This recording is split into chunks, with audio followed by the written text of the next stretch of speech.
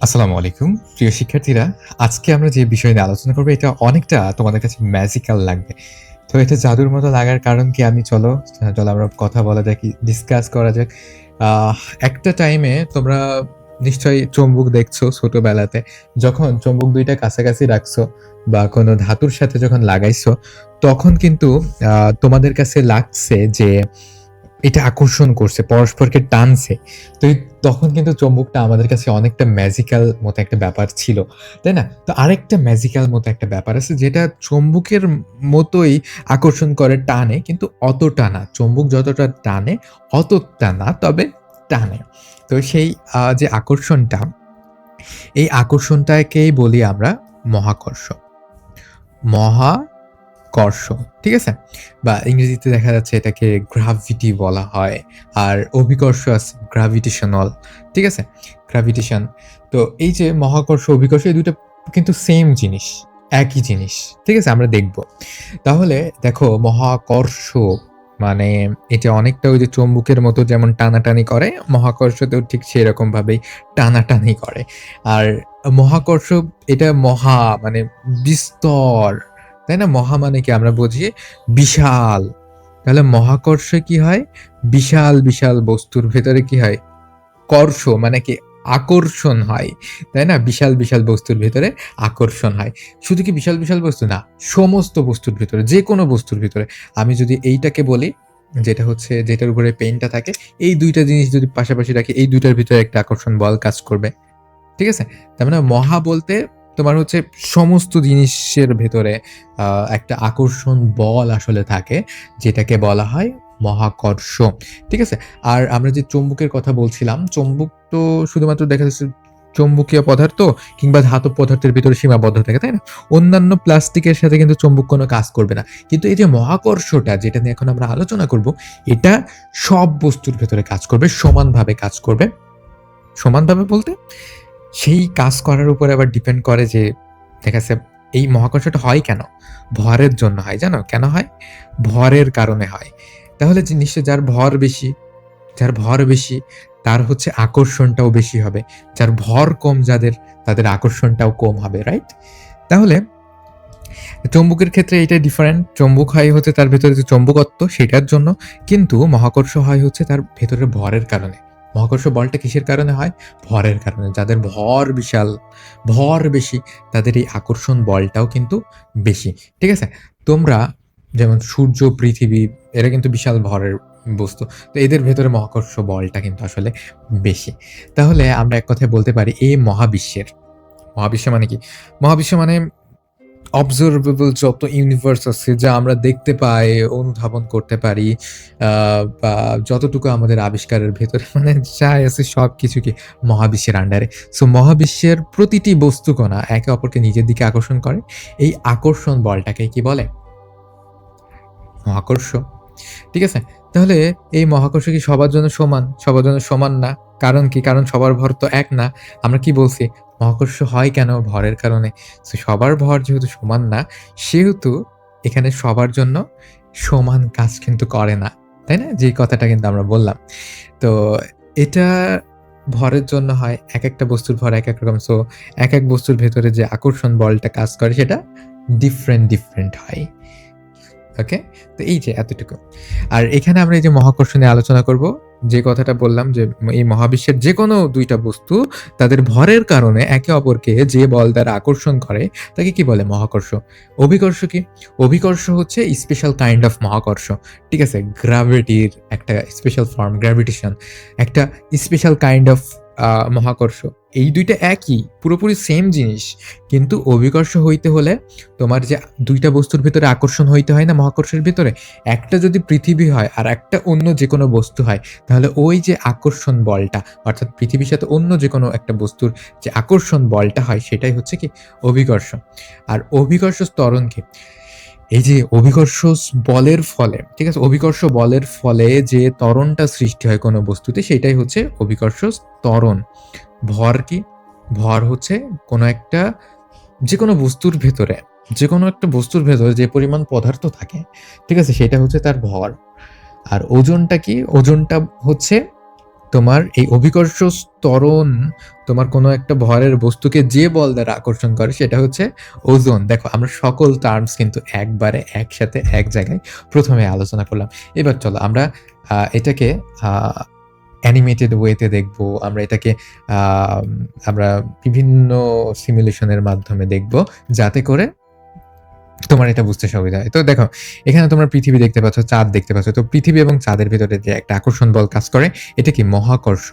মহাকর্ষ আর special kind of কি, এর ভিতরে যেহেতু একটা পৃথিবী আছে, দুইটা বস্তুর ভিতরে একটা যদি পৃথিবী হয় আর অন্য আরেকটা যে কোনো বস্তু হয় তাহলে এটা স্পেশাল কাইন্ড অফ কি মহাকর্ষ মানে হচ্ছে অভিকর্ষ। ঠিক আছে, অভিকর্ষ।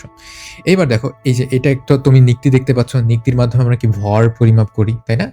বা অ্যাকচুয়ালি ওজন পরিমাপ করি। সো নিকটি দিয়ে বস্তুর ভেতরে যে পদার্থের পরিমাণ অর্থাৎ ভর এটা পরিমাপ করা যায়। তোমরা দেখতে পাচ্ছ যে একটা গাছের নিচে বসে আছেন কে, নিউটন সাহেব। তো তার মাথার উপর একটা টকাশ করে কি একটা আপেল পড়লো। তো তিনি চিন্তা করলেন যে এই আপেলটা কেন নিচের দিকে পড়লো, কেন উপরের দিকে পড়লো না? খুবই উদ্ভট প্রশ্ন। তারপরে এই উদ্ভট প্রশ্নটাই জন্ম দেয় হচ্ছে এই মহাকর্ষের ধারণাকে। ঠিক আছে, তো চলো আমরা দেখা যাক মহাকর্ষর জিনিসটা আসলে কি। আমরা যখন উপরের দিকে লাফ দিই তখন কি আমরা একেবারে উড়ে যাই? যায় না, কারণ নিচের দিকে নিশ্চয় আমাদেরকে কি টেনে ধরছে। এই কারণে কিন্তু আমরা উপরের দিকে চলে যায় না বা উড়ে যায় না, তাই তো? আবার নিচের দিকে ফিরে আসি।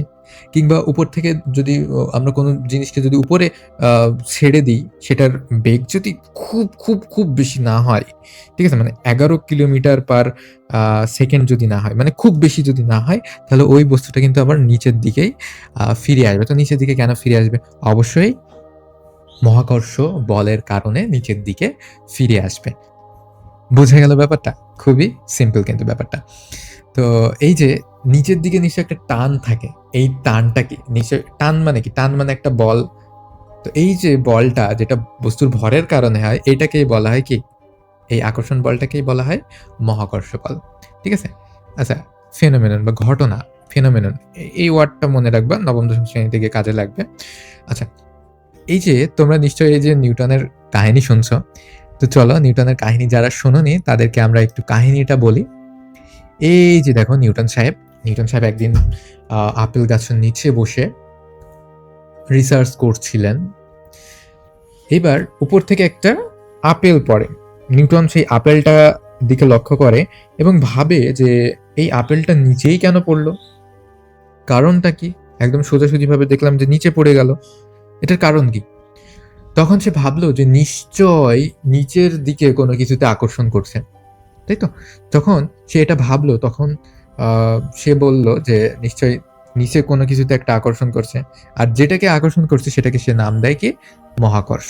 যদিও এর আগে অনেক বিজ্ঞানী কিন্তু এই মহাকর্ষের ধারণাটা জানতো বা তারা জেনে আসছে, গ্যালিলিও বা অন্যান্য যত বিজ্ঞানী আসছেন নিউটনের আগে।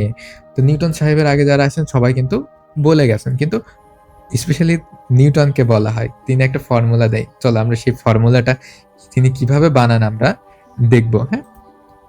তুমি এইবার দেখো একটা জিনিস খুব চমৎকারভাবে খেয়াল করো। এই যে এটা সূর্যকে কেন্দ্র করে তোমার হচ্ছে এই পৃথিবীটা ঘুরছে। আবার পৃথিবীকে কেন্দ্র করে দেখো এই যে একটা চাঁদ ঘুরছে। ঠিক আছে? এবার একটা বিষয় লক্ষ্য করো, এই যে সূর্য সূর্যকে এই যে তীর দেখতে পাচ্ছ তার মানে কি? এর মানে হচ্ছে পৃথিবী সূর্যকে আকর্ষণ করছে বা সূর্য পৃথিবীকে আকর্ষণ করছে এবং পৃথিবী সূর্যকে আকর্ষণ করছে, মানে তার দিকে টানছে। এই কারণে এই তীর দ্বারা একে অপরকে আকর্ষণ করা বোঝায়। মানে যে বল দিয়ে তোমার পৃথিবী সূর্যকে আকর্ষণ করবে, সূর্য পৃথিবীকে সেই বল দ্বারাই আকর্ষণ করবে। আচ্ছা, এভাবে কি স্থিরভাবে ঘোরে? স্থিরভাবে কিন্তু ঘুরে না। তোমার হচ্ছে মহাবিশ্বে সবকিছুই কিন্তু গতিশীল। ঠিক আছে?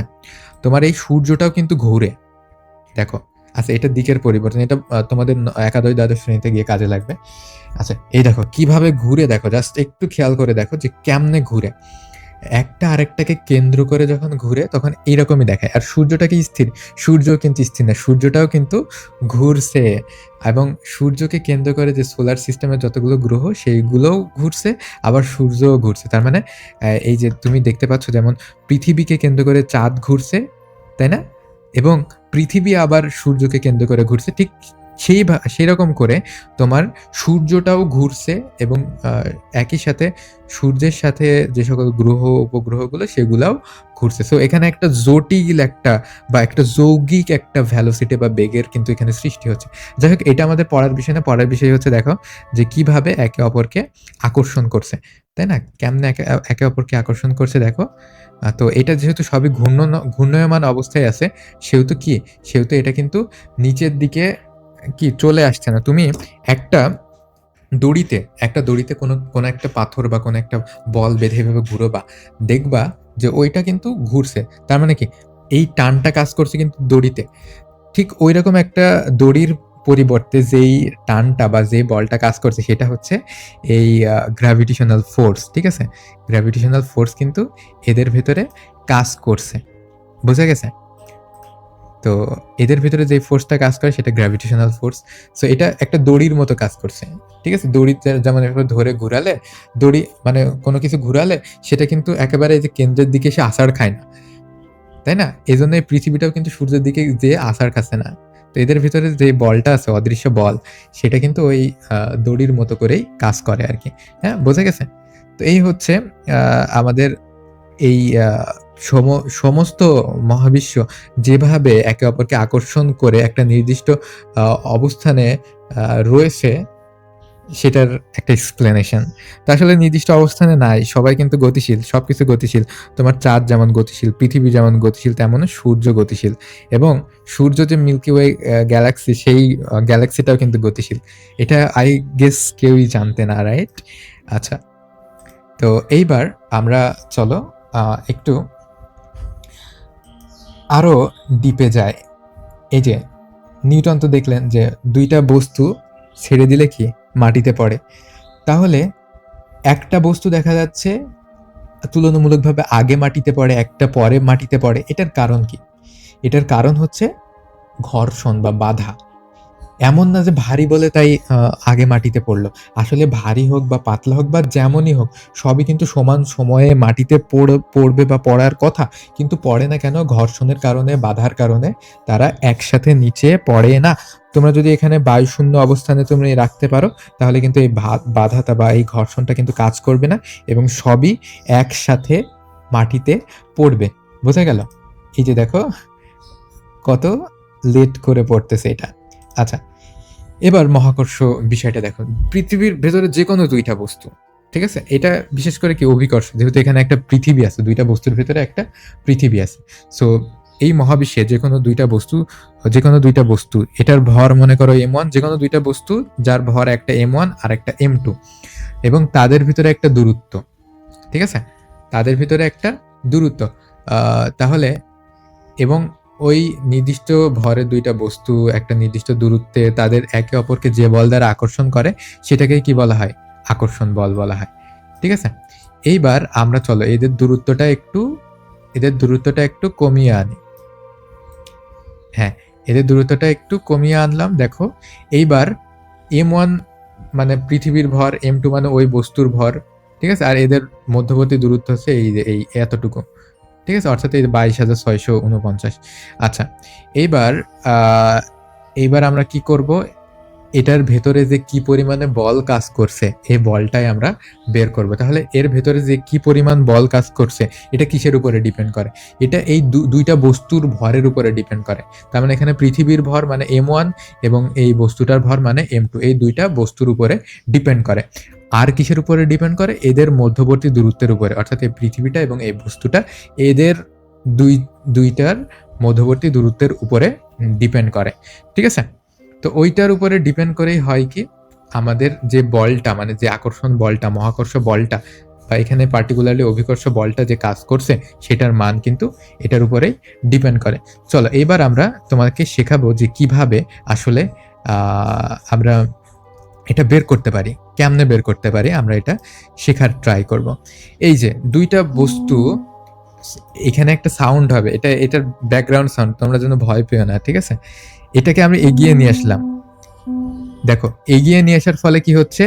এগিয়ে নিয়ে আসার ফলে এদের ভেতরে যে আকর্ষণ বলটা, এই যে আকর্ষণ বলটা কিন্তু বৃদ্ধি পাচ্ছে। দেখো, এগিয়ে নিয়ে আসার ফলে এদের ভেতরে আকর্ষণ বলটা বৃদ্ধি পাচ্ছে। তার মানে আমরা কি বুঝলাম? যে ওদের দূরত্বটা যত কম হয়, মানে যত কাছাকাছি থাকে, মানে দূরত্বটা যত কম হয়, তাদের আকর্ষণ বলটা কি তত বেশি হয়। তুমি আবার পিছিয়ে নিয়ে যাও, দূরত্বটা যত বেশি হবে দেখো বল তত কম হবে, দূরত্ব যত নিকটে হবে বল তত বেশি হবে। তার মানে এ থেকে তুমি কি বুঝতে পারলে?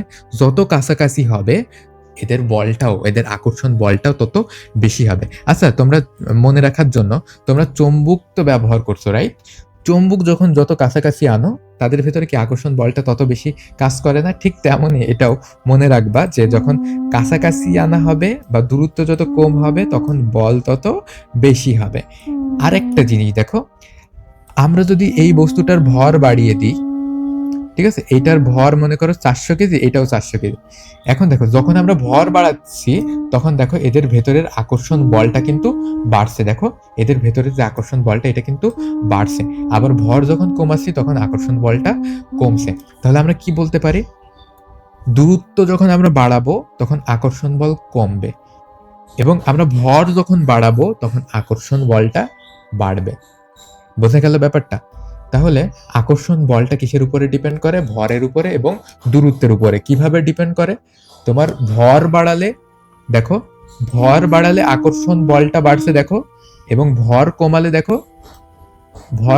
দেখো আকর্ষণ বলটা কমছে। ঠিক আছে, ভর বাড়ালে আকর্ষণ বলটা বাড়ছে, ভর কমালে আকর্ষণ বলটা কমছে। আচ্ছা, তো এতটুকু তুমি যদি ক্লিয়ার হয়ে যাও তাহলে কিন্তু আমাদের এই যে সূত্রটা, এই সূত্রটা যে মিনিংটা সেটা কিন্তু অনেক বেশি সহজ অলরেডি হয়ে গেছে। আচ্ছা, এইবার দেখো আমরা কিন্তু আসল আসল টপিক নিয়ে তোমাদেরকে বলে দিছি। এবার চলো আমরা একটু হোয়াইট বোর্ডে যাই। তোমরা এখানে কি দেখতে পারলে? যে যে কোনো দুইটি বস্তু, মনে করো এটার ভর মনে করো m1, মানে এমনিতে আমরা প্রতীক দ্বারা ডিনোট করছি, মানে যে কোনো ভর হতে পারে, তো এই কারণে এটা হচ্ছে m2। এদের মধ্যবর্তী দূরত্ব হচ্ছে মনে করো এখানে d। ঠিক আছে, তাহলে তুমি কি পড়লে? আমাদের এই যে আকর্ষণ বলটা, মনে করো আকর্ষণ বল, এই যে বলটা আকর্ষণ বল, বা এটাকে আমরা স্পেশালি বলি মহাকর্ষ বল। তো এই যে মহাকর্ষ যে বলটা মনে করো এফ, এটা কিসের উপরে ডিপেন্ড করে? এটা ডিপেন্ড করে ভরের উপরে। ভর মনে করো এম, এটা ডিপেন্ড করে কিসের উপরে? ভরের উপরে। আর কিসের উপরে ডিপেন্ড করে বলো তো? দূরত্বের উপরে। আর কিসের উপর ডিপেন্ড করে? দূরত্বের উপরে। দূরত্বটা কি? দূরত্বটা হচ্ছে ডি। ঠিক আছে, তাহলে এবার কিভাবে ডিপেন্ড করে? তোমার ভর বাড়ালে আমরা কি দেখলাম? ভর বাড়ালে আমরা কি দেখলাম? ভর বাড়ালে আমরা দেখলাম যে আকর্ষণ বল, ঠিক আছে, বল মানে এফ, আকর্ষণ বল বাড়ে। আর কমালে আকর্ষণ বল কি হয়? কমে। ঠিক আছে, কমালে আকর্ষণ বল কমে। আর দূরত্বের ক্ষেত্রে আমরা কি দেখলাম? দূরত্ব বাড়ালে কি হয়? দূরত্ব বাড়ালে তোমার আকর্ষণ বলটা কি হয়? আকর্ষণ বলটা কমে। আর কি হয়? দূরত্ব কমালে কি হয়? আকর্ষণ বলটা বাড়ে। এটা কিভাবে মনে রাখতে বলছি আমি তোমাকে? যে চৌম্বক যত কাছাকাছি নিয়ে আসবে তত কি আকর্ষণ বেশি হবে, যত দূরে নিয়ে যাবে তত আকর্ষণ কম হবে। আবার চৌম্বকের সাইজ যখন বড় হবে তখন কিন্তু তাদের ভিতরে আকর্ষণ বলটাও কিন্তু বেশি হবে। ঠিক আছে, আবার চৌম্বকের সাইজ যখন ছোট হবে তখন তাদের ভিতরে আকর্ষণ বলটাও কিন্তু কম হবে। এভাবে একটু মনে রাখতে পারো। ঠিক আছে, আচ্ছা, তো এই যে এটাকে ম্যাথমেটিক্যালি কিভাবে লেখা যায় জানো? এই যে যখন একটা বাড়ালে আরেকটা বাড়ে বা একটা কমালে আরেকটা কমে, তার মানে সমানুপাতিক বলা হয় এটাকে। এটাকে কি বলা হয়? সমানুপাতিক। সমানুপাতিক বা প্রপোর্শন। ঠিক আছে, যারা ইংলিশ ভার্সনে সমানুপাতিক মানে কি? প্রপোর্শন মানে কি? বাড়ালে বাড়বে, কমালে কমবে, মানে সমান হারে বৃদ্ধি পাওয়া বা হ্রাস পাওয়া। ঠিক আছে, তাহলে তুমি এখানে দেখতে পাচ্ছ যে বল এবং ভর সমানুপাতিক। তার মানে ভর বাড়ালে আকর্ষণ বল বাড়ে, ভর কমালে আকর্ষণ বল কমে, তার মানে সমানুপাতিক। এটাকে এই চিহ্ন দ্বারা প্রকাশ করা হয়। আর একটা বাড়ালে আরেকটা কমে, মানে এই যে দূরত্ব বাড়ালে তোমার হচ্ছে আকর্ষণ কমছে বা দূরত্ব কমালে আকর্ষণ বাড়ছে, এমন হলে কি হবে? এমন হলে ব্যস্তানুপাতিক, সরি, ব্যস্তানুপাতিক, ব্যস্তানুপাতিক হবে। ঠিক আছে, ব্যস্তানুপাতিক মানে কেমন? ব্যস্তানুপাতিক মানে হচ্ছে তোমার তোমার হচ্ছে দূরত্ব বাড়ালে কি বল কমবে, এটাকে এইভাবে ডিনোট করা যায়। দেখো 1/d। এখন কি পরিমাণে কমবে? এই দূরত্ব অল্প পরিমাণে বাড়ালে কিন্তু বল অনেক পরিমাণে কমে যায়। ঠিক আছে, এই জন্য স্কোয়ার হারে কিন্তু বাড়বে। অর্থাৎ এখানে দেখো একটা ম্যাথমেটিক্যাল টার্মস আছে। সেই ম্যাথমেটিক্যাল টার্মস হচ্ছে, তুমি যদি 2 গুণ, তার মানে আগে তোমার যেখানে মনে করো যে দূরত্ব ছিল, মনে করো আগে কত 2 মিটার মনে করো আগে দূরত্ব ছিল, পরে তুমি এদের দূরত্ব মাঝখান থেকে এই যে এইভাবে বাড়ালে, কত বাড়ালে? 2 এর জায়গায় মনে করো 4, মানে 2 গুণ বাড়ালে, তাহলে এদের আকর্ষণ বলটা কেমন হবে জানো? 2 গুণ বাড়ালে তার মানে এদের আকর্ষণ বল হবে কি, এই যে দেখো ডি স্কোয়ার মানে কি, মানে 4 গুণ, তাহলে কি তোমার যে আকর্ষণ বলটা এটা কয় গুণ বেড়ে যাবে? তুমি যদি দূরত্ব 2 গুণ বাড়াও তাহলে আকর্ষণ বলটা 4 গুণ কমবে, আর যদি 2 গুণ এদের দূরত্বটা কমাও তাহলে আকর্ষণ বলটা 4 গুণ বাড়বে। বুঝে গেছে? তার মানে তোমার যদি পরীক্ষাতে দেয় যে তুমি যদি 3 গুণ বাড়াইয়া দাও তাইলে তোমার কত গুণ বাড়বে? 9 গুণ শক্তি বা বল, সরি বল বাড়বে। বুঝতে পারছো? এটা একটা এমসিকিউ এর জন্য একটা বোঝার মতো একটা বিষয় আছে। ঠিক আছে, এই জিনিসটা কিন্তু খেয়াল রাখবা।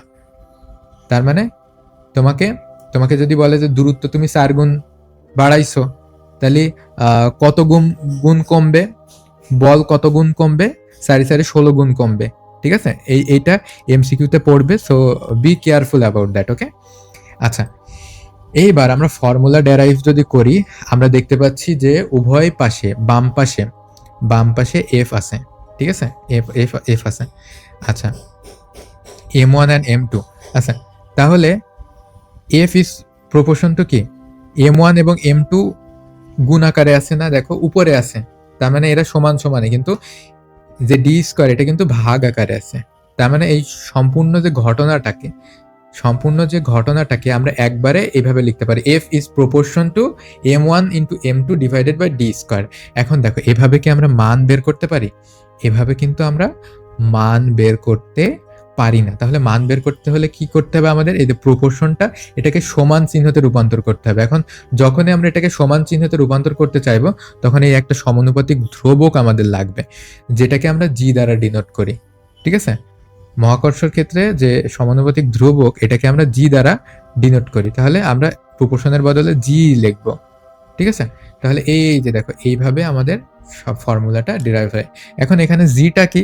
জিটা হচ্ছে সমানুপাতিক ধ্রুবক, তার মানে সমানুপাতিক এই চিহ্নটার পরিবর্তে আমাদের এই জিটা আসছে, যেটার ফলে আমরা মান নির্ণয় করতে সক্ষম হচ্ছি। বোঝা গেল? আচ্ছা, এইবার জি এর মান কত? জি এর মান কত? জি এর মান কত? এটা হচ্ছে আমার কাছে, তোমাদের কাছে আমার প্রশ্ন, জি এর মান কত? এটা কিন্তু মুখস্থ থাকার কথা অ্যান্ড তোমাদের সবার জানার কথা। যে কোনোভাবে হোক আমাকে জি এর মানটা কমেন্টে তোমাকে লিখতে হবে, আর আমি তোমাদেরকে বলবো জি জিনিসটা আসলে কি জিনিস। আচ্ছা, জিটাকে আমরা এক পাশে রাখি। ঠিক আছে, জিটাকে আমরা এক পাশে রাখি, তাহলে ওই পাশে কি হবে বলো তো? এফ যাবে, আর উপরে যাবে কি ডি স্কোয়ার যাবে, আর নিচে যাবে m1 ইন্টু m2। ঠিক আছে, তো এই যে এইটা হবে কিন্তু আসলে জি এর মান। এখানে আমরা জাস্ট মানে সবগুলো যদি বসায় দিতে পারি তাহলে এখান থেকে আমরা জি এর মান কিন্তু পেয়ে যাব। আচ্ছা, তাহলে জিটা আসলে কি, চলো আমরা কিভাবে সংজ্ঞায়িত করি। এখানে দেখো 1 কেজি ভরের মনে করো দুইটা বস্তু, মানে আমরা একক বের করতেছি, তো 1 কেজি ভরের দুইটা বস্তু 1 মিটার দূরত্ব থেকে যে বল দ্বারা আকর্ষণ করে, সেই আকর্ষণ বলটাই হচ্ছে কি জি। 1 কেজি ভরের দুইটা বস্তু 1 মিটার দূরত্ব থেকে, এই যে মনে করে এই দূরত্বটা মনে করে 1 মিটার, যদি 1 মিটার হয় এবং এই দুইটা বস্তুর ওজন যদি 1 কেজি হয়, ভর যদি 1 কেজি হয় তাহলে তাদের ভেতরে যে আকর্ষণ বলটা কাজ করে সেটাই হচ্ছে কি জি এর মান। বোঝা গেল? খুবই সাজানো গোছানো কথা। I hope you got it. এবার জি এর এককটা কেমন হবে দেখো। জি এর একক কেমন হবে? তোমার এফ বা বলের একক কি নিউটন, আর তোমার হচ্ছে আ দূরত্বের একক কি মিটার। তাহলে দূরত্ব স্কয়ার মানে কি মিটার স্কয়ার। ঠিক আছে? আর এখানে কি তোমার কেজি, ভরের একক কি কেজি। এখানে 2টা কেজি তার মানে কি কেজি স্কয়ার, নিচে আছে তো এজন্য কি ইনভার্স 2। ঠিক আছে? Newton metre square per kg square. মনে থাকবে জি এর যে একক সেটা কি newton metre square per kg square. I hope you got it এবং খুব সহজভাবে হয়তো বুঝেছো, এটাই আমি আশা করব। তাহলে দেখো কেমনে ফর্মুলাটা আসছে, আশা করি তুমি বুঝতে পারছো। এখন দেখো এই ফর্মুলাটা তো আমরা পেলাম যে F is equal G into M one m two divided by D square. আমাদের কাছে দুইটা ভরের মান যদি দেওয়া থাকে তাহলে আমরা ভরের মান দেওয়া থাকবে এবং তাদের ভেতরকার দূরত্বের মান দেওয়া থাকবে, তাহলে কিন্তু আমরা তাদের ভেতরে যে আকর্ষণ বল এটা কিন্তু বের করতে পারবো। ঠিক আছে? উপরের এই দুইটা গুণ দিয়ে ভাগ দেব কি ডি স্কয়ার দিয়ে আমরা ভাগ দেব। ঠিক আছে? তো তোমরা প্রথমে গুণ করে নিয়ে উপরে লিখবা আর নিচের এইটা স্কয়ার করে আগে নিচে লিখবা। একবারে ক্যালকুলেটরে করতে গেলে তোমরা ছোট মানুষ ভুল করবা। ঠিক আছে? অথবা ব্র্যাকেট দিবা।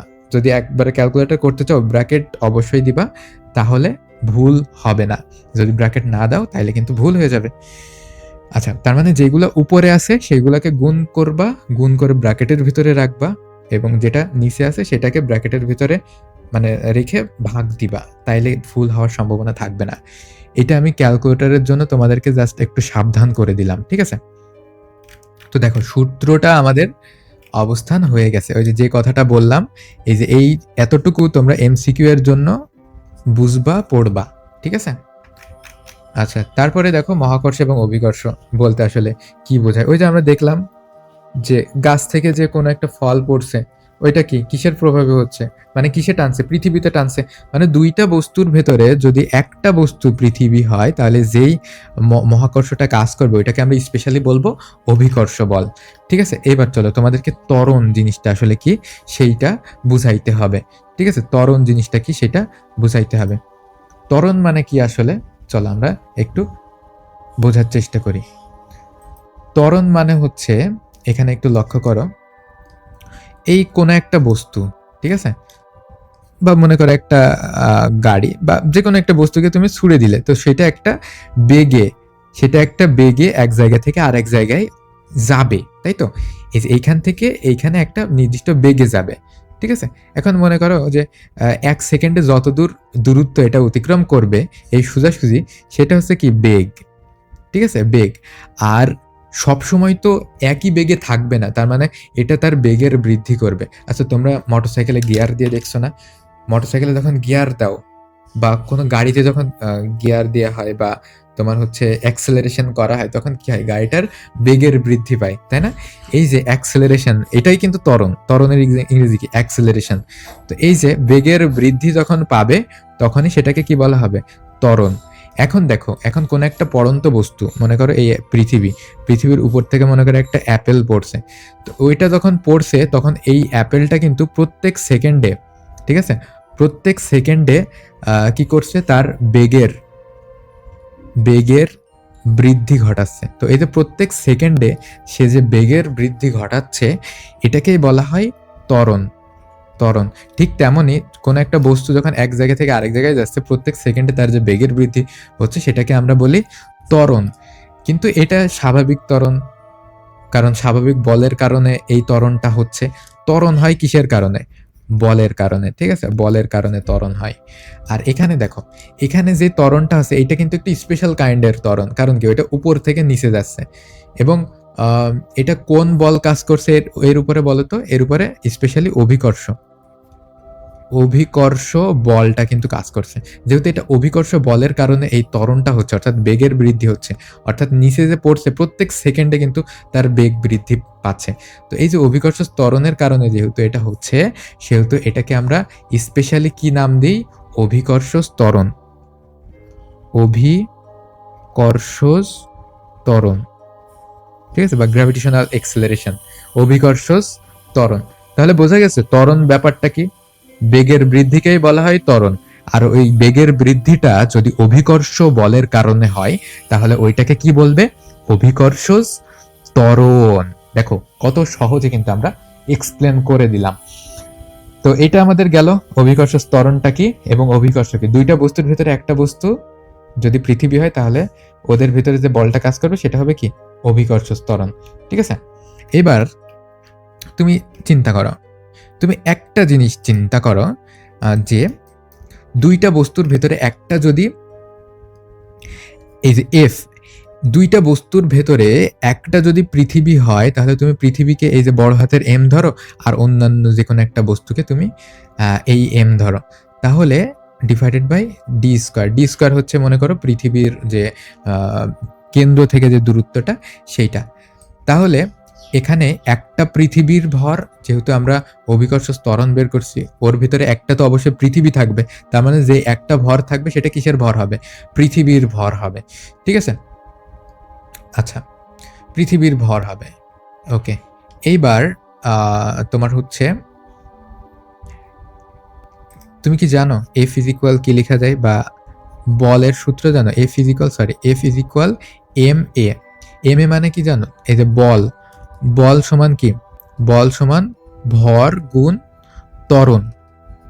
ঠিক আছে? এখন অভিকর্ষ বলের ক্ষেত্রে স্পেশালি আমরা কি লিখতে পারি? অভিকর্ষ বলের ক্ষেত্রে আমরা ভর তো ভরের মতোই লিখবই, ভর আমরা এম লিখি, হ্যাঁ, ভর তো আমরা ভরের মতো লিখছি, কিন্তু এই যে ত্বরণটা, এটা অভিকর্ষ বলের ক্ষেত্রে ত্বরণটা কি হবে? অভিকর্ষ ত্বরণ, যেটাকে আমরা জি দ্বারা ডিনোট করি। ঠিক আছে? তাহলে F, F is equal to আমরা কি লিখতে পারি? এম জি লিখতে পারি। এফ ইজ ইকুয়াল টু এখন আমরা এম এ না লিখে কি লিখবো? এম জি লিখবো। জি কেন লিখবো? এম এর পরিবর্তে জি কেন লিখবো? কারণ এই জিটা হচ্ছে কি? অভিকর্ষ ত্বরণ, সাধারণ ত্বরণ না, অভিকর্ষ ত্বরণ। এর জন্য খুব সিম্পল ব্যাপারটা। G is G into M one divided by D square. এবার দেখো উভয় পাশে কিন্তু এম আছে, তাহলে উভয় পাশে আমরা এমটা কিন্তু ডিভাইড করে দিতে পারি বা ভাগ করে দিতে পারি, সেক্ষেত্রে এম উইল বি গন। তাহলে আমরা কি লিখতে পারি? জি সমান আমরা কি লিখতে পারি? G into M divided by D square. তাহলে এই যে জি সমান কি লেখা যায়? G M divided by D square. এটা কিসের ফর্মুলা দাঁড়াচ্ছে দেখো তো? এই যে জি মানে কি? অভিকর্ষ ত্বরণ, অভিকর্ষ ত্বরণ, এটার ফর্মুলা মানে F is equal m g. এই যে জি অভিকর্ষ ত্বরণ যেটা, এই অভিকর্ষ ত্বরণের ফর্মুলাটা কিন্তু আমাদের এইখানটা থেকে বের হয়ে আসছে। ঠিক আছে? আচ্ছা, এবার দেখো তাহলে এই যে ডি এর মানটা তোমরা এখানে একটু খেয়াল করো। এই যে ডি এর মানটা আমরা ধরছি না, এই যে অভিকর্ষ ত্বরণটা কিসের উপরে ডিপেন্ড করে? পৃথিবীর ভর তো অপরিবর্তিত থাকে, জি এর মানও তো ইউনিভার্সাল, তাই না? বা সর্বজনীন মহাকর্ষ ধ্রুবক, সেহেতু এই যে পৃথিবীর ভরও অপরিবর্তিত থাকে, এইটাও অপরিবর্তিত থাকে। তাহলে পরিবর্তন হয় কি? ডি এর মান, মানে দূরত্ব কিন্তু পরিবর্তন হয়। এখন তাহলে জি এর মানটা কিসের উপরে ডিপেন্ড করে, বা অভিকর্ষ ত্বরণের মানটা কিসের উপর ডিপেন্ড করে? এই দূরত্বের উপরে ডিপেন্ড করে। কিসের দূরত্ব? তোমার এই পৃথিবীর কেন্দ্র থেকে তোমার হচ্ছে ভূপৃষ্ঠের উপরে দূরত্বের উপরে ডিপেন্ড করে। তাহলে তুমি কি বলতে পারো যে পৃথিবীটা কিন্তু একদম একদম স্ফেরিক্যাল বা একদম পারফেক্টলি স্ফেরিক্যাল বা পারফেক্টলি তোমার হচ্ছে গোল না, রাউন্ড শেপ না। ঠিক আছে? একটু এবড়ো থেবড়ো মতো, মানে কমলা লেবুর মতো, এক জায়গায় একটু চ্যাপ্টা, এক জায়গায় একটু লম্বা, এই ধরনের আর কি। সো পৃথিবীটা কিন্তু একদম সমানভাবে গোল না, তার দেখা যাচ্ছে কেন্দ্র থেকে তোমার এখানকার দূরত্ব কম কিন্তু এইখানকার দূরত্ব বেশি। এখন দেখো পৃথিবীর কেন্দ্র থেকে ভূপৃষ্ঠের উপরে এক এক জায়গার দূরত্ব এক এক রকম, এইটার উপরে ডিপেন্ড করে তোমার ডি এর মান ভিন্ন ভিন্ন হবে। এখন ডি এর মান যখন ভিন্ন হবে তখন কিন্তু তোমার জি এর মানও ভিন্ন হবে। দেখো যদি কাছাকাছি হয়, কাছাকাছি হলে তোমার জি এর মান কি হবে? বেশি হবে। অর্থাৎ ভূপৃষ্ঠ থেকে যদি কাছে হয় তাহলে জি এর মান কি হবে? বেশি হবে। আর ভূপৃষ্ঠ থেকে যদি দূরে হয় তাহলে জি এর মান কি হবে? কম হবে। কারণ কি? কারণ দেখো এই জিটা কেমন ভাবে আছে বলো তো? এই যে ব্যস্তানুপাতিক হারে আছে। ব্যস্তানুপাতিক হার মানে আমরা বলছিলাম না যে এইটা বাড়লে এইটা কমবে, এইটা কমলে এইটা বাড়বে, তাই না বলো? তাহলে এইখান থেকে কিন্তু আমরা এই একটা কথায় আসতে পারি যে যেখানে তোমার কেন্দ্র থেকে পৃথিবীর ভূপৃষ্ঠের দূরত্বটা কম সেখানে জি এর মান বেশি, আবার যেখানে তোমার হচ্ছে কেন্দ্র থেকে দূরত্বটা বেশি, সেখানে জি এর মান কম। ঠিক আছে? এটা কিন্তু আমরা বলতেই পারি এবং এটা খুবই সিম্পলি একটা ব্যাপার। আই হোপ এখানে না বোঝার কিছু নেই। চলো, না বুঝতে পারলেও আমরা এবার একটু সিমুলেশনের মাধ্যমে তোমাদেরকে বোঝাই। দেখো, অভিকর্ষ ত্বরণের মান কিসের উপরে ডিপেন্ড করে? এই যে তোমরা পৃথিবীর কেন্দ্র কিন্তু দেখতে পাচ্ছ বাচ্চারা, এখানে তোমরা পৃথিবীর কেন্দ্র দেখতে পাচ্ছ। তো এইখানে পৃথিবীর যে কেন্দ্র তোমরা দেখতে পাচ্ছ, এই যে দেখো পৃথিবীর একেবারে কোর, তার মানে পৃথিবীর কয়েকটা দেখো স্তর আছে, তোমরা পড়বা। আর পৃথিবীর কোরে এখানে কিন্তু একটা গরম, প্রচন্ড গরম, একেবারে সূর্যের পৃষ্ঠে যে গরম না, সেই রকম গরম কিন্তু আমাদের পৃথিবীর একেবারে কেন্দ্রে আছে। বুঝতে পারছো? তো এই যে পৃথিবীর কেন্দ্রে একেবারে সেন্টার থেকে তোমার এই যে ভূপৃষ্ঠ পর্যন্ত, এই যে পৃথিবীর কেন্দ্র থেকে একেবারে যে ভূপৃষ্ঠ পর্যন্ত দূরত্ব, সেটা কিন্তু এক এক জায়গার এক এক রকম। তো অভিকর্ষ ত্বরণের মান ডিপেন্ড করে কি এই উচ্চতার উপর ক্রিয়া করে। অক্ষাংশ মানে কি? দেখো, বিষুবী অঞ্চল, মেরু অঞ্চল এবং বিষুবী অঞ্চল। দেখো, মেরু অঞ্চলে কি থাকে? ভাল্লুক থাকে, তাই না? বরফ, বরফ না মেরু অঞ্চলে? দেখছো না, উত্তর মেরু, দক্ষিণ মেরু। তো ওই যে মেরু অঞ্চলে তোমার পৃথিবীর কেন্দ্র থেকে তুলনামূলকভাবে মেরু অঞ্চলের দূরত্বটা কিন্তু কম। ঠিক আছে? মেরু অঞ্চলের দূরত্বটা যেহেতু পৃথিবীর কেন্দ্র থেকে ভূপৃষ্ঠে মেরু অঞ্চলের দূরত্বটা কম, সেহেতু অভিকর্ষ ত্বরণের মান মেরু অঞ্চলে কি সব থেকে বেশি, এবং সেটা কত? 9.81। আবার দেখো, পৃথিবী যেহেতু চ্যাপ্টা, এই যে চ্যাপ্টা অংশটা, এটা কি বলে? বিষুবী অঞ্চল। পৃথিবীর কেন্দ্র থেকে বিষুবী অঞ্চলের যে দূরত্বটা, এটা কি মেরু অঞ্চলের যে দূরত্ব সেটার থেকে কি বেশি। আর ওই যে বললাম, দূরত্ব যখন বেশি হবে তখন অভিকর্ষ ত্বরণের মান কি হবে? কম হবে। ঠিক আছে?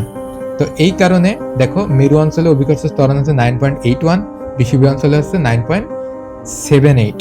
তো এটার মাঝামাঝি আমরা একটা আদর্শ মান ধরি, যেটাকে আমরা ধরি হচ্ছে 9.8। এই দুইটার মাঝামাঝি একটা গড় 9.8 কিন্তু আমরা ধরি বা ব্যবহার করি, রাইট? আচ্ছা, এবার দেখো ঘূর্ণন ক্রিয়া। তার মানে যে পৃথিবী কিন্তু নিজ অক্ষের উপরে ঘুরছে, নিজ অক্ষের উপরে ঘোরার ফলে তার ভেতরে কিন্তু একটা অক্ষাংশের ক্রিয়া করছে, যেটা তোমরা একাদশ দ্বাদশ শ্রেণীতে গেলে ওই সূত্রটা পাবে।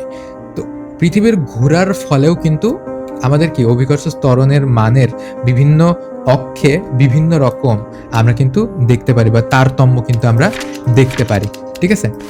এখন দেখো, কোনো বস্তু পৃথিবীর পৃষ্ঠে অবস্থিত, মনে করো এটা উত্তর মেরু, এটা হচ্ছে দক্ষিণ মেরু। ঠিক আছে? এটা তাহলে কি উত্তর গোলার্ধ, মানে অর্ধেক করলে উত্তর মেরু যে অংশটা সেটা কি উত্তর গোলার্ধ, আর অর্ধেক করলে বাকি যে অংশটা সেটা কি দক্ষিণ গোলার্ধ। ঠিক আছে? তার মানে অর্ধেক গোল। একটা পৃথিবী সম্পূর্ণ গোল, এটা উত্তর দিকের অর্ধেক গোল মানে উত্তর গোলার্ধ, এটা দক্ষিণ দিকের অর্ধেক গোল মানে দক্ষিণ গোলার্ধ। আর মাঝামাঝি যে রেখাটা সেটা কি বিষুবী রেখা। আর এই রেখার উপরে যে অঞ্চল অবস্থিত সেটা কি বিষুবী অঞ্চল। ঠিক আছে? কোনো, তো তোমার হচ্ছে ভূপৃষ্ঠে তুমি দেখতে পাচ্ছ যে মেরু অঞ্চলের দূরত্ব সব থেকে কম, সেহেতু এখানে অভিকর্ষ ত্বরণের মান সবচাইতে বেশি। আর বিষুবী অঞ্চলে তোমার সবচাইতে দূরত্বটা বেশি মেরু অঞ্চলের থেকে, এই জন্য এখানকার যে আকর্ষণ বল সেটা কম। ক্লিয়ার? এক কথা বারবার বলছি, মাথায় কিন্তু ঢুকে যাওয়ার কথা এতক্ষণে। এবার দেখো, কোনো বস্তু পৃথিবীর থেকে উচ্চতায় যখন অবস্থান করবে, মনে করে এই একটা বস্তু তুমি ওই বুরুজ খলিফার উপরে নিয়ে চলে গেলে, ঠিক আছে, বা টুইন টাওয়ারের উপরে নিয়ে চলে গেলে, হ্যাঁ, তো ওই যে দূরত্বটা, ওই দূরত্বটাও কিন্তু তোমার কাউন্ট হবে। অর্থাৎ ওই দূরত্বটার উপরেও কিন্তু ওই যে বস্তুর যে অভিকর্ষ ত্বরণ সেটা কিন্তু ডিপেন্ড করবে। যত উপর থেকে ফেলবা কি নিচে পৌঁছাতে পৌঁছাতে কি তার অভিকর্ষ যে ত্বরণটা বা অভিকর্ষ ফলে যে বেগটা, এই বেগটা কিন্তু অনেক বেশি বৃদ্ধি পাবে। তার মানে যত উপর থেকে বস্তুটা পড়বে ক্ষয়ক্ষতির পরিমাণ কিন্তু তত বেশি হবে। বুঝতে পারছো? মানে গতিশক্তি বেশি হবে নিচে পৌঁছাইতে। কোনো বস্তু তোমার যদি এই যে পৃথিবীর কেন্দ্রে অবস্থান করে, সেক্ষেত্রে কিন্তু কি জি এর মান কত হবে বলো তো?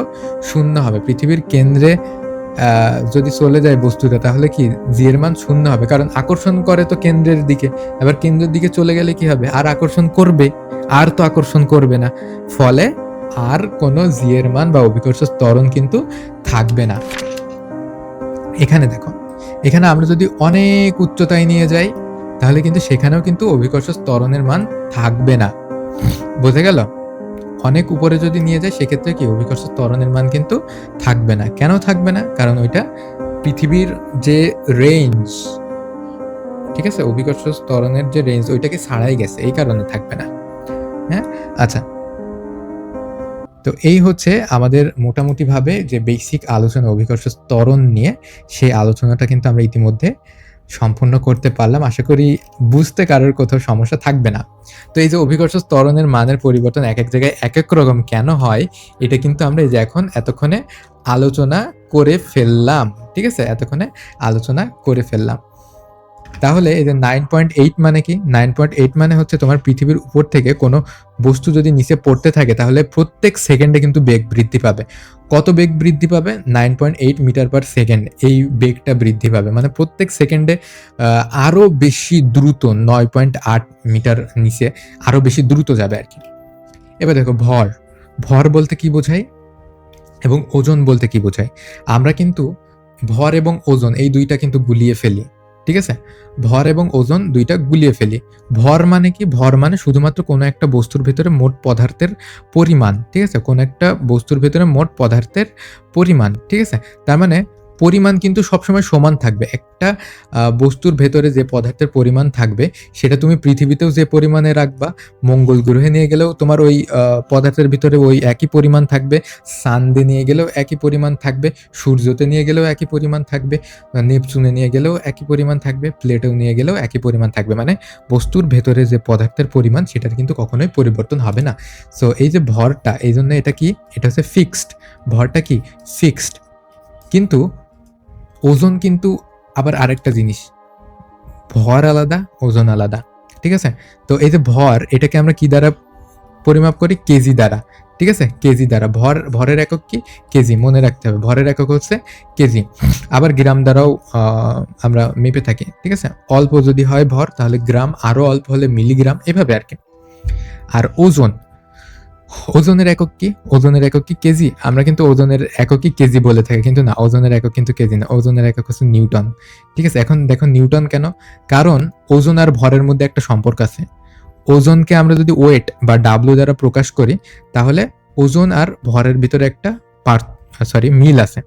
যাহা ওজন তাহা ভর না। তাহলে কি? তোমার ভরের সাথে একটা জি গুণ করে দিতে হবে, অর্থাৎ তোমার ওই ভরটা কি পরিমাণ আকর্ষণ বল কাজ করছে, ওই ভরের উপরে কি পরিমাণ আকর্ষণ বল কাজ করছে, যার ফলে কি পরিমাণ ত্বরণ হচ্ছে, ঠিক আছে, সেইটাই হচ্ছে কি, সেই টোটালটাই হচ্ছে তোমার ওজন। কি বুঝতে মনে হয় একটু প্রবলেম আছে? দেখো, ওজন হচ্ছে ভরের সাথে অভিকর্ষ ত্বরণের গুণফল। তার মানে ভর এবং ওজন কিন্তু এক না। তুমি যখন অভিকর্ষ ত্বরণটাকে গুণ দিবা তখন তুমি ওজন পাবা। তাহলে দেখো, ভর তো সবসময় ফিক্স, তাই না? এই যে আমরা পড়লাম ভর বা ম্যাস, ভর ইংরেজি কি? ম্যাস বা ভর। ভর কিন্তু সব জায়গায় ফিক্সড। এখন ভর যেহেতু সব জায়গায় ফিক্সড, সেহেতু সেহেতু তোমার ওজন পরিবর্তন হবে কখন? যখন জি এর মান পরিবর্তন হবে। এখন জি এর মান তো সব জায়গায় এক না, এই কারণে সব জায়গায় কিন্তু সব জায়গায় কিন্তু ওজনটাও এক না, কারণ জি এর মান অর্থাৎ অভিকর্ষ ত্বরণ যেহেতু সব জায়গায় এক না, সেহেতু তোমার ওজনও কিন্তু সব জায়গায় এক না। মনে করো পৃথিবীতে যে অভিকর্ষ ত্বরণ আছে, চাঁদে তার ৬ ভাগের ১ ভাগ আছে, তাহলে চাঁদে গিয়ে তোমার ওজনটা কিন্তু ৬ ভাগের ১ ভাগ হয়ে যাবে। বুঝতে পারছো ব্যাপারটা? আচ্ছা, এখান থেকে কিন্তু তোমার এমসিকিউ এবং সিকিউ আসবে। তোমার যদি ওজন বের করতে বলে তাহলে তুমি কি করবে? ভরের সাথে ওই যে অভিকর্ষ ত্বরণ যদি পৃথিবীর হয় তাহলে 9.8 মিটার পার সেকেন্ড স্কয়ার, ঠিক আছে? আর যদি অন্যান্য দেশের হয় সেই ক্ষেত্রে সেই জি এর মানটা কি হবে? উল্লেখ থাকবে, ঠিক আছে? আর উল্লেখ যদি না থাকে তাহলে তুমি যেটা জানো সেটা, অর্থাৎ 9.8 পৃথিবীর ক্ষেত্রে, হ্যাঁ? আচ্ছা, তাহলে তোমার যখন ওজন বের করতে বলবে তখন কিন্তু তোমার ভর দেওয়া থাকবে। বলবে যে ভর হচ্ছে 30 কেজি। হ্যাঁ? তাহলে ওজন কত? ওজন কি দিবা তাহলে 30 গুণ 9.8, তখন কিন্তু আর কেজি থাকবে না। তখন এটা হয়ে যাবে কি নিউটন। ঠিক আছে? নিউটন হয়ে যাবে। কারণ নিউটন কেন হবে? দেখো kg metre per second square. এটা কিসের সূত্র দেখো? Kg metre per second square. এটা কিন্তু তোমার বলের ফর্মুলা। ঠিক আছে? এটা হচ্ছে বলের ফর্মুলা। তাহলে দেখো ওজনও কিন্তু এক ধরনের বল, তাই না? ওজন এক ধরনের বল, তাই তো? আচ্ছা, এবার দেখো বস্তুর ওজন কি? বস্তুর ওজন হচ্ছে ওই বস্তুর ভর, কোনো বস্তুর ওজন হচ্ছে ওই বস্তুর ভর এবং ওই বস্তুর ভর এবং অভিকর্ষ ত্বরণ, মানে যেখানে বস্তুটা রয়েছে সেইখানকার অভিকর্ষ ত্বরণের গুণফল হবে ওইখানকার ওজন। ঠিক আছে? তাহলে ওজন কিন্তু এক এক জায়গায় এক এক রকম হতে পারে। কেন হতে পারে? কারণ এক এক জায়গায় এক এক রকম অভিকর্ষ ত্বরণ হতে পারে, সেই জন্য। তাই তো? আচ্ছা, তাহলে তোমরা নিশ্চয় বের করতে পারবা। তোমরা বলো এখানে 30 ইন্টু 9.8 গুণ করলে কত নিউটন হয়? কমেন্ট করে জানাবা, হ্যাঁ? ক্যালকুলেটার সিম্পল একটা কাজ তোমাদেরকে দিলাম। এবার দেখো ভর এবং ওজনের ভেতরে সম্পর্ক। ভর এবং ওজনের ভেতরে সম্পর্কে কিন্তু অলরেডি আমরা আলোচনা করছি যে ভর এটা কিন্তু সব জায়গায় ফিক্সড, মানে তুমি এটাকে যেখানেই নিয়ে যাও না কেন বস্তুর ভেতরে পদার্থের পরিমাণ কিন্তু কখনোই পরিবর্তন হবে না। আর ওজনটা কি? ওজন কিন্তু ওজন অলওয়েজ কি? ওজনটা অলওয়েজ হচ্ছে তোমার ভর এটার সাথে যে অভিকর্ষ ত্বরণ এটার গুণফল। আর অভিকর্ষ ত্বরণ যেহেতু এক এক জায়গায় এক এক রকম, সেহেতু তোমার এক এক জায়গার ওজনও কিন্তু এক এক রকম হবে। কিন্তু তোমার এই ভরটা কিন্তু অলওয়েজ ফিক্সড। ঠিক আছে? I hope you got it. আচ্ছা, মহাশূন্যে কোনো বস্তুর ওজন শূন্য হলে, দেখো মহাশূন্যে কি হয়? বস্তুর ওজন শূন্য। তার মানে এই না যে ওইটার কোনো ভর নেই। ঠিক আছে? বস্তুর ওজন শূন্য। শূন্য হয় কেন? কারণ মহাকাশে কি জি এর মান বা গ্র্যাভিটেশনাল যে ত্বরণটা, এই ত্বরণের মান কত? 0। ঠিক আছে? এই জন্য। আর পৃথিবীর কেন্দ্রেও কি? পৃথিবীর কেন্দ্রেও হচ্ছে জি এর মান শূন্য। তাই পৃথিবীর কেন্দ্র এবং মহাশূন্যে তোমার হচ্ছে ওজন মহাশূন্যে কি হবে? শূন্য হবে। ওজন বা ওয়েট মহাশূন্যে শূন্য হবে। হ্যাঁ? আচ্ছা, আর পৃথিবীতে অভিকর্ষ ত্বরণ কত? পৃথিবীতে অভিকর্ষ ত্বরণ হচ্ছে 9.8। সরি, সাম বাংলা কিছু ইংলিশ হয়ে গেল। পৃথিবীতে 9.8 মিটার পার সেকেন্ড স্কয়ার। এটা হচ্ছে পৃথিবীতে।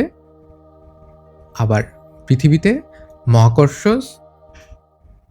অভিকর্ষ ত্বরণ। আচ্ছা, এটা তাহলে চাঁদে কত? চাঁদে হচ্ছে পৃথিবীর তুলনায় 6/1 মানে 9.8 ডিভাইডেড বাই 6। ঠিক আছে? তার মানে কত? প্রায় 1.63। প্রায়, ঠিক আছে? প্রায় এত। এটা হচ্ছে কোথাকার? এটা হচ্ছে চাঁদের। চাঁদে কি? চাঁদে ওজনও 6/1 আর অভিকর্ষ ত্বরণও 6/1। মানে অভিকর্ষ ত্বরণ 6/1 বলে ওজনও 6/1। I hope you all got this, ইনশাআল্লাহ। ঠিক আছে? ভূপৃষ্ঠে 1 কেজি ভরের কোনো বস্তুর ওজন যদি 9.8 হয়, তাহলে কি পৃথিবী থেকে দূরত্ব বাড়ার সাথে সাথেও কি হবে? ওজন কমতে থাকবে। তার মানে তোমার জি এর মান কমলে কি হবে? জি এর মান যদি কমে তাহলে তোমার ওজনও কমবে। জি এর মান যদি তোমার বাড়ে তাহলে কি হবে? ওজনও বাড়বে। জি এর মান বাড়লে ওজনও বাড়বে। বুঝে গেল?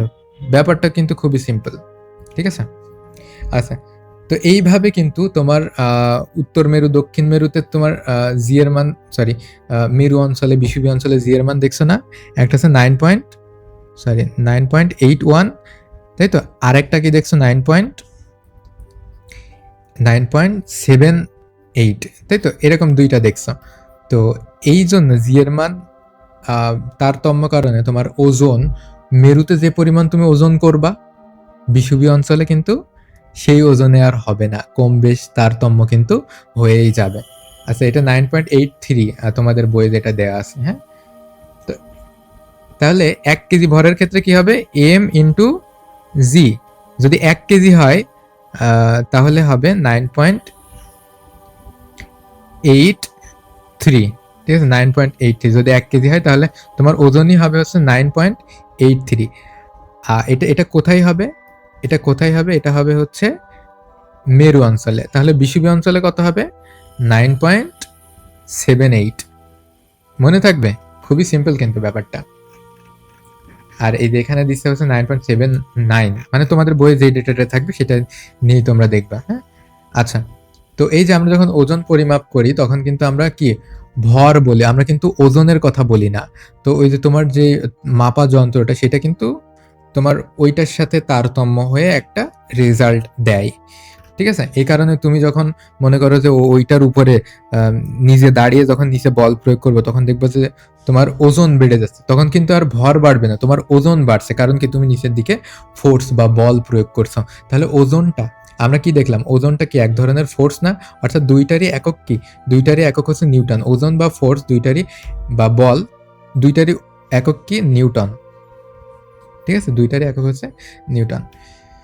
এখন দেখো, এগুলো আমরা বললাম যে পৃথিবীর বিভিন্ন স্থানে ওজন কেন হয়, পৃথিবীর আকৃতির জন্য কেন হয়, এই সবগুলো কিন্তু আমরা এতক্ষণে ওই ইটা দিয়ে দেখলাম। তারপর কৌণিক দূরত্বের জন্য কেন হয়, আহ্নিক গতির জন্য কেন হয়, গতির ফলে কেন হয়, তাই না? অক্ষাংশের একটা ব্যাপার আছে, ঠিক আছে? বা পৃথিবী থেকে উচ্চতর কোনো স্থানে কেমন হয়, তাই না?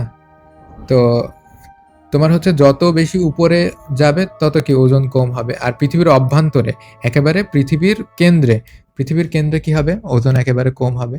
তো নিচে যত যাবা তত কিন্তু কমতে থাকবে। ঠিক আছে? পৃথিবীর এই যে ভূপৃষ্ঠ থেকে নিচে যত যাবা তত কিন্তু তোমার হচ্ছে ওজন কমতে থাকবে। আবার উপরের দিকে যত যাবা ওজন তত বাড়তে থাকবে। তার মানে সবচাইতে বেশি ওজন কোথায়? সবচাইতে বেশি ওজন কিন্তু ভূপৃষ্ঠে। ঠিক আছে? ভূপৃষ্ঠের উপরেও কমতে থাকবে, ভূপৃষ্ঠের নিচেও কমতে থাকবে। তার মানে এই সেন্সে তোমার হচ্ছে সব থেকে বেশি অভিকর্ষ ত্বরণ যেখানে থাকবে সেটা হচ্ছে ভূপৃষ্ঠ সবচাইতে বেশি যেটা থাকবে সেটা হচ্ছে ভূপৃষ্ঠ।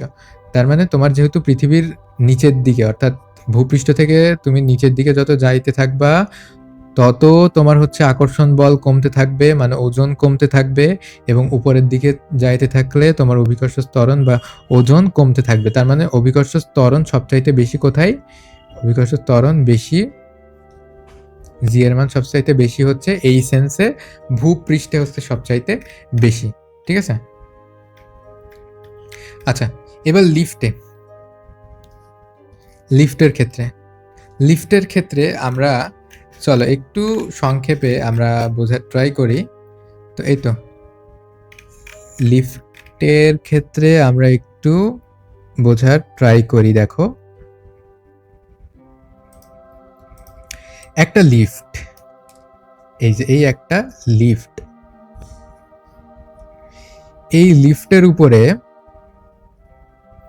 এই যে একটা ব্যক্তি, ঠিক আছে? এই যে একটা ব্যক্তি, এই ব্যক্তিটা দাঁড়ায় আছে। এখন লিফটটা মনে করো স্থির আছে, তুমি মনে করো লিফটের ভিতরে দাঁড়ায় আছো, লিফটটা স্থির আছে। এবার লিফটটা যখন উপরের দিকে যাচ্ছে তখন কিন্তু তোমাকে নিজেকে ভার ভার মনে হয়, বেশি ভার ভার মনে হয়। ভার ভার কেন মনে হয়? তোমার এই লিফটটা উপরের দিকে টানছে, আর তোমার যে বলটা মানে কি, তোমার যে ওজনটা, অর্থাৎ এমজি, তোমার যে ওজনটা, ওই ওজনটা কাজ করছে কিন্তু নিচের দিকে। তো যেহেতু এটা উপরের দিকে লিফটের বল কাজ করছে আর তোমার বল কাজ করছে নিচের দিকে, সেহেতু কি উভয়ের বলটা কিন্তু এখানে যোগ হয়ে যাচ্ছে। ঠিক আছে? জি প্লাসে উভয়ের বলটা কিন্তু এখানে যোগ হয়ে যাচ্ছে। তার মানে দেখো, লিফটের ওজনও এখানে একটা কাজ করছে, যেটা উপরের দিকে টানছে, তুমি দিয়েছো নিচের দিকে। তার মানে দুইটা বলই কিন্তু একসাথে যোগ হয়ে কাজ করবে। সেক্ষেত্রে তোমার কি ওজন ওজন বেশি মনে হবে। ঠিক আছে? সেক্ষেত্রে তোমার কি মনে হবে? ওজন বেশি মনে হবে। এখন আরেকটা সিনারিও চিন্তা করো, যে লিফটের ভিতরে তুমি, ঠিক আছে? লিফটের ভিতরে তুমিও নিচের দিকে ক্রিয়া করছো, মানে ওজন কি, ওজন অলওয়েজ কি কোন দিকে কাজ করে? নিচের দিকে কাজ করে। আবার লিফটও মনে করো নিচের দিকে যাচ্ছে। তার মানে দুইটাই যেহেতু নিচের দিকে যাচ্ছে, সেহেতু কি হবে? দুইটাই যেহেতু নিচের দিকে যাচ্ছে সেহেতু একটা বল আর একটা বলকে কি করবে? ক্যান্সেল আউট করবে, মানে যতটুকু পার্থক্য আছে সে অনুযায়ী ক্যান্সেল আউট করবে। সো এই কারণে তুমি ওজন কেমন মনে করবা? ওজন কম মনে করবা। ঠিক আছে? এখন মনে করো, আল্লাহ না করুক, লিফটের তারটা মনে করো ছিঁড়ে গেল। তারটা ছিঁড়ে গেলে কি হবে? লিফটটা সজোরে নিচে আসতে থাকবে। সেটা কিসের সমানে আসবে? তোমার অভিকর্ষ ত্বরণের সমানেই কিন্তু আসবে। তার মানে তুমি যে বলটা নিচে প্রয়োগ করছো, তোমার লিফটও সেই বলে বা সেই ত্বরণেই নিচের দিকে যাচ্ছে। তার মানে ওই ত্বরণ দুইটা আল্টিমেটলি ক্যান্সেল আউট হয়ে গেলে তুমি কিন্তু এইখানটাতে কি মনে করবে যে আমি নিচের দিকে পড়ে যাচ্ছি, মানে ও নিজের ওজন কিন্তু আর অনুভব করতে পারবা না। তার মানে এই যে নিজের ওজনটা এম ইন্টু জি মাইনাস জি, মানে তখন তোমার ওজনটা কিন্তু শূন্য মনে হবে, ঠিক আছে? তখন তুমি নিজের ওজন নিজেই কিন্তু বুঝতে পারবা না, ঠিক আছে? এটা কিন্তু ইজি, ব্যাপারটা কিন্তু খুব একটা কঠিন না, ইজি ইজি কিন্তু ব্যাপারটা, হ্যাঁ? তো এই হচ্ছে লিফটের কেস। এখন তুমি একটু এইখানটাতে পড়ে নিবা, দেখবা যে আমি যে কথাগুলা বললাম এই কথাগুলাই এইখানটাতে আছে। তারপরে ওই যে মহাকর মহাকাশচারী যারা, তাদের ওজন শূন্য কেন মনে হয়? ওজন শূন্য এ কারণেই মনে হয়, কারণ কি তারা তাদের নিচে কোনো কিছুতে আর সেভাবে টানছে না, কিংবা তারা সমতরণে নিচের দিকে আসছে, ঠিক আছে? তার মানে তাদের ওজন যে ক্রিয়াটা করছে তারাও সেই ইতেই তোমার হচ্ছে গতিশীল আছে। তো এই কারণে তোমার হচ্ছে স্পেসে বা মহাশূন্যে আমাদের ওজন কিন্তু শূন্য মনে হয় বা মনে করি আমরা।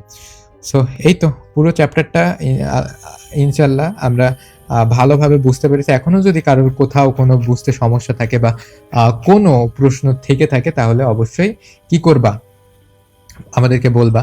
আচ্ছা, তোমরা কি জানো দিন রাত হয় কোন কারণে? আহ্নিক গতির কারণে। আর এই যে ঋতুর পরিবর্তন কি কেন হয়? বার্ষিক গতির কারণে, মনে আছে? কারণ পৃথিবীতে নিজের কেন্দ্রের দিকে ঘোরে, এটাকেই কি বলে? আহ্নিক গতি। হ্যাঁ, আর এই যে অক্ষাংশ, মানে পৃথিবী থেকে ভূপৃষ্ঠে, পৃথিবীর কেন্দ্র থেকে ভূপৃষ্ঠে সব জায়গায় কিন্তু তাদের দূরত্ব একই হয় না, ঠিক আছে? দূরত্ব কিন্তু একই হয় না। তো একই না হওয়ার কারণে কি হয় জানো? না হওয়ার কারণে তোমার হচ্ছে দূরত্বটা তোমার হচ্ছে এক এক জায়গার দূরত্ব এক এক রকম থাকে, ঠিক আছে? তো যেহেতু এক এক জায়গার দূরত্ব এক এক রকম, এক এক অক্ষাংশে, মানে পৃথিবীর কেন্দ্র থেকে এক এক অক্ষাংশের দূরত্ব এক এক রকম, ঠিক আছে? অক্ষাংশটা দেখো, পৃথিবীর এই যে এক এক অক্ষাংশে কি এক এক অক্ষাংশ থেকে কিন্তু দূরত্বটা এক এক রকম। তার মানে দেখো এইখানে যে পরিমাণ দূরত্ব, এই এই যে অক্ষাংশের দিকে আমরা দেখছি যে দূরত্বটা কমছে, ঠিক আছে? এইটা জাস্ট খেয়াল করার ট্রাই করো। প্রত্যেকটা অক্ষাংশে, মানে এই যে বিষুবীয় অঞ্চল থেকে আমরা যত তোমার মেরু অঞ্চলের দিকে যেতে থাকছি, তত এই দূরত্বটা কিন্তু কমছে। তার মানে এক এক অক্ষাংশে তোমার হচ্ছে অভিকর্ষ ত্বরণের মান আমরা দেখতে পাচ্ছি যে এক এক রকম। Okay, so thank you so much everyone. I hope you enjoyed the class, and যদি কারোর কোনো বুঝতে সমস্যা থাকে তাহলে অবশ্যই কমেন্ট করে জানাবে। যে কোনো ডাউটে আমরা আছি তোমাদের সাথে। গৃহপাঠশালার সাথে থাকার জন্য ধন্যবাদ। Thank you so much. আল্লাহ হাফেজ।